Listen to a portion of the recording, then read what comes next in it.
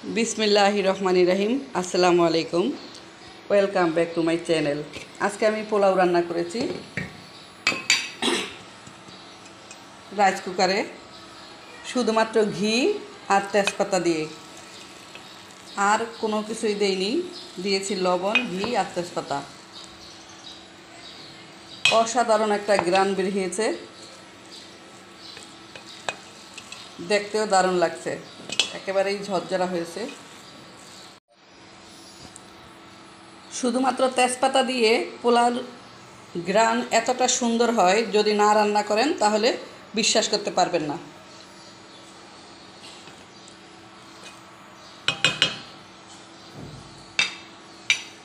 উপর থেকে ছড়িয়ে দিচ্ছি পেঁয়াজ বেরেস্তা।